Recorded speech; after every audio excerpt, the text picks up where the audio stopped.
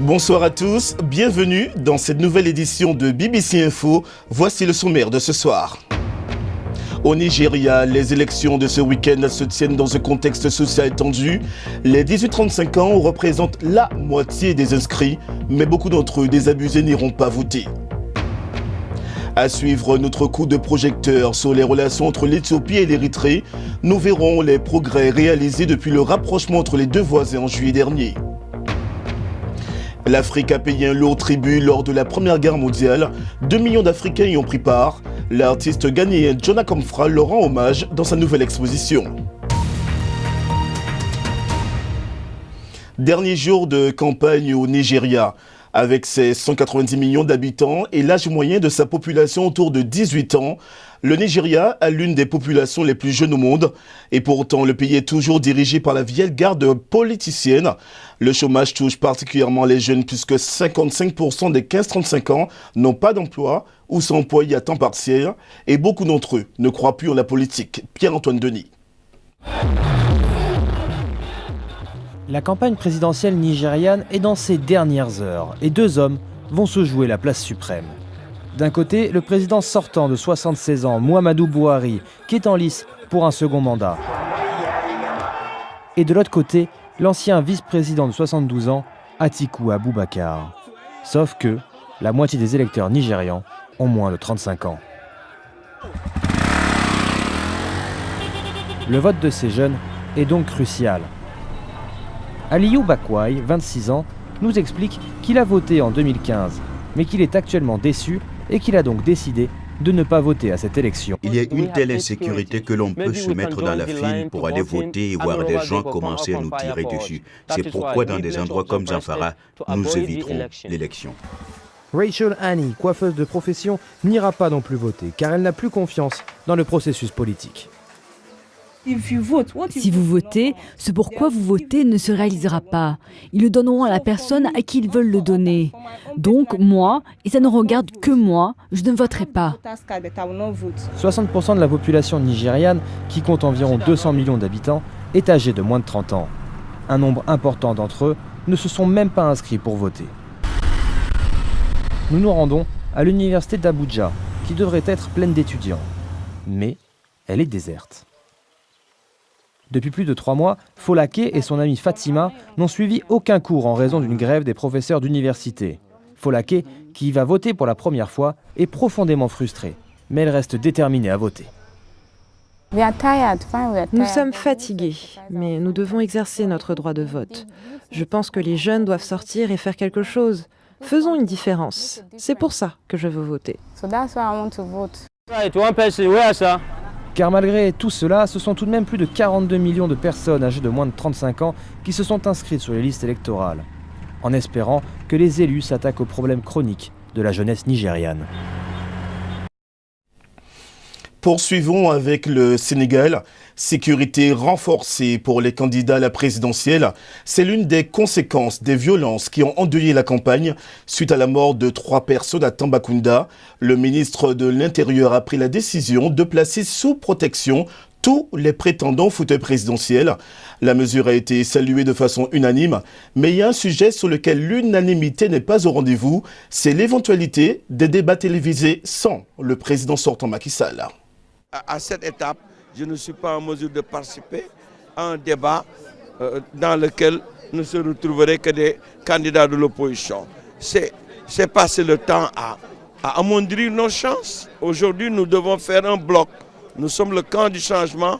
Nous devons faire de sorte que toutes les coalitions en lice puissent avoir le maximum de suffrages pour amener le président Macky Sall au 2e tour. BBC Info se poursuit. Tout de suite, le reste de l'actualité en bref et en images. Une barque transportant une centaine de personnes a chaviré hier sur le fleuve Niger. Au moins 43 personnes, en majorité des Béninois, sont toujours portées disparues. Selon les informations recueillies par la BBC, la barque s'est renversée dans les eaux nigériennes à proximité de Ouna au Niger. Un drame fréquent sur ce long fleuve traversé par de nombreuses pirogues chaque jour. Airbus a annoncé la fin de la production de son gros porteur l'A380. Cet emblématique géant des airs entré en service en 2007. Une décision prise faute de commande. Airbus cessera de livrer en 2021. Le programme avait été maintenu en vie depuis ces 3 dernières années grâce à un ralentissement du rythme de production. En ce jeudi de la Saint-Valentin au Japon, 13 couples homosexuels ont décidé d'attaquer en justice la constitution de leur pays. Ils exigent le droit de se marier. Ces couples espèrent aussi être indemnisés pour s'être vus refuser les mêmes droits que les couples hétérosexuels. Le Japon et l'Italie sont les 2 seuls pays du G7 à ne pas reconnaître le mariage homosexuel. Les échanges commerciaux entre Érythréens et Éthiopiens sont florissants depuis la signature d'un accord de paix en juillet dernier. Cet accord a mis fin à 2 décennies de conflits frontaliers, un conflit qui a causé des dizaines de milliers de morts. Ce reportage de la BBC montre comment la vie des anciens voisins ennemis a changé. Claire Onemendi.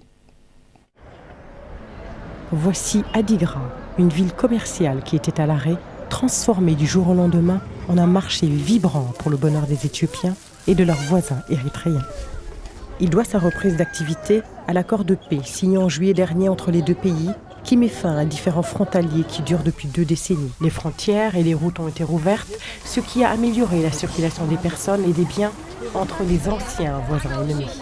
Et le commerce est en plein essor, les céréales, les épices, les matériaux de construction et les appareils électroménagers étant les articles les plus populaires. Ce que nous craignons, c'est la guerre. Nous aimons la paix. Quand les Érythréens viennent sur ce marché, je les accueille avec un large sourire. Ils achètent des épices, du miel, des céréales et même des biscuits. Et nous leur achetons des vêtements différents.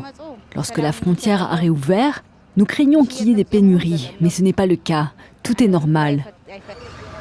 On ne sait toujours pas combien de personnes ont traversé la frontière pour le commerce depuis que les 2 premiers postes frontaliers ont été rouverts en septembre dernier. Les autorités locales estiment qu'il pourrait y avoir près de 1000 personnes par jour. Les commerçants éthiopiens affirment qu'il est logique d'un point de vue financier de bien traiter les frères érythréens. On fait un peu de bénéfices. Le marché se porte donc mieux. Lorsque la frontière a rouvert pour la première fois, pas moins de 2000 Érythréens venaient ici chaque jour. Ce chiffre a un peu baissé, mais c'est peut-être parce qu'ils ont acheté tout ce dont ils avaient besoin. Le marché a permis aux gens d'acheter et de troquer des marchandises qui étaient trop chères ou indisponibles dans leur pays. Je n'ai rien apporté d'Érythrée. Je suis venu acheter ce dont j'ai besoin. J'ai donc des chaussures, des boîtes et des épices. Les prix sont très honnêtes. Avant la réouverture de la frontière, j'achetais tout à Asmara. Mais de chez moi, à Dikei, il vaut mieux venir à Adigrat. Les prix ont baissé et je viens une fois par semaine. Pour l'instant, le commerce et la circulation entre l'Éthiopie et l'Érythrée s'effectuent normalement. Des analystes croient que des mesures de contrôle aux frontières pourraient bientôt être mises en place, mais cela a peu de chances de refroidir l'optimisme de ces villes frontalières. Un siècle après la fin de la Première Guerre mondiale, on ne connaît toujours pas la totalité des noms des 2 millions d'Africains morts ou disparus à Verdun. René Bissurong a rencontré l'artiste britannique d'origine ghanéenne John Akomfra. Il rend hommage aux Africains qui ont servi lors de la Grande Guerre dans une exposition photo. Une exposition à découvrir à Londres jusqu'au 31 mars. Regardez. Changement de munitions, creusement de tranches et transport de fournitures. Près de 2 millions d'Africains ont servi durant la Première Guerre mondiale. La plupart étaient des ouvriers affectés à des tâches comme celle-ci. Leur rôle, comme celui des combattants, était essentiel. Alors pourquoi en savons-nous si peu sur eux ? Étant donné que ces gens étaient colonisés, on supposait qu'ils étaient négligeables. Personne n'a pensé qu'il était vraiment important de les inclure. Mais une nouvelle génération d'historiens et artistes est déterminé à changer cela et à lutter contre l'oubli.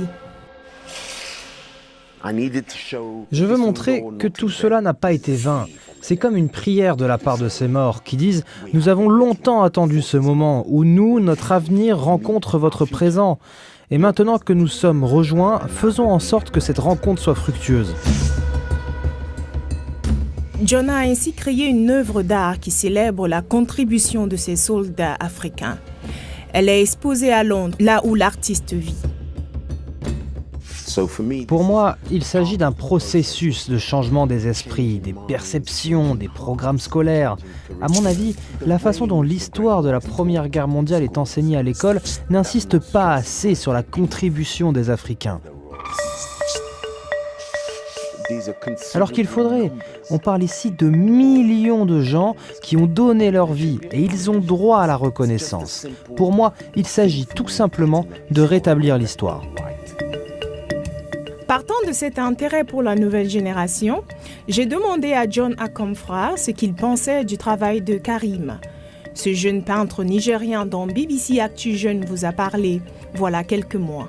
Et qui lui aussi dessine ce qui lui tient à cœur. Wow. Like Isaac and Michelangelo.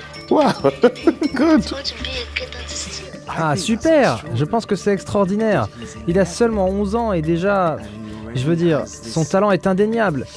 Le seul conseil que je puisse donner à quiconque est d'accepter ses erreurs, de ne pas trop essayer d'être quelqu'un d'autre, car trouver qui on est sans doute ce qu'il y a de plus difficile. Trouver ce qui fait de vous un artiste unique.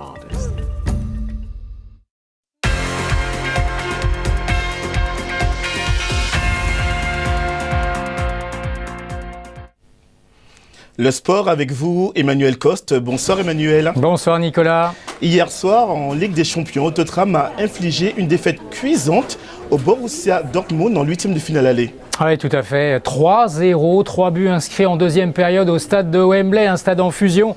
Son, Vertonghen et Llorente ont fait mouche pour les Spurs, alors que Hugo Lloris avait effectué une énorme parade à la fin de la première mi-temps, empêchant en fait Dortmund d'ouvrir le score dans cette rencontre juste avant la pause. Donc, le résultat des courses, eh bien, c'est que le leader du championnat d'Allemagne devra l'emporter au match retour à domicile 4-0 pour se qualifier pour les quarts de finale.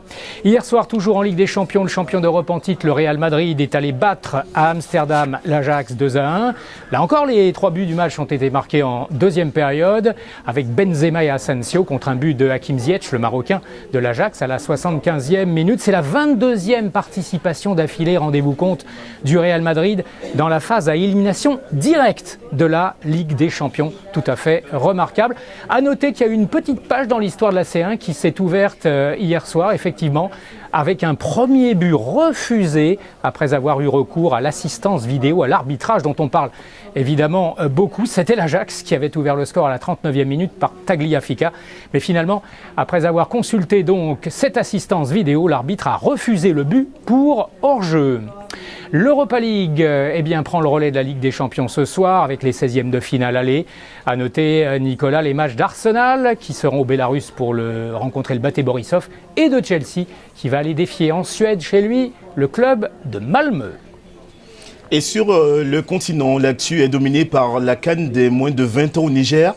Et dimanche à Niamey, la finale sera 100% francophone. Oui, avec Mali-Sénégal, donc ce dimanche à Niamey, les Maliens qui ont eu le mérite d'éliminer le Nigeria, 3 fois vainqueur de l'épreuve.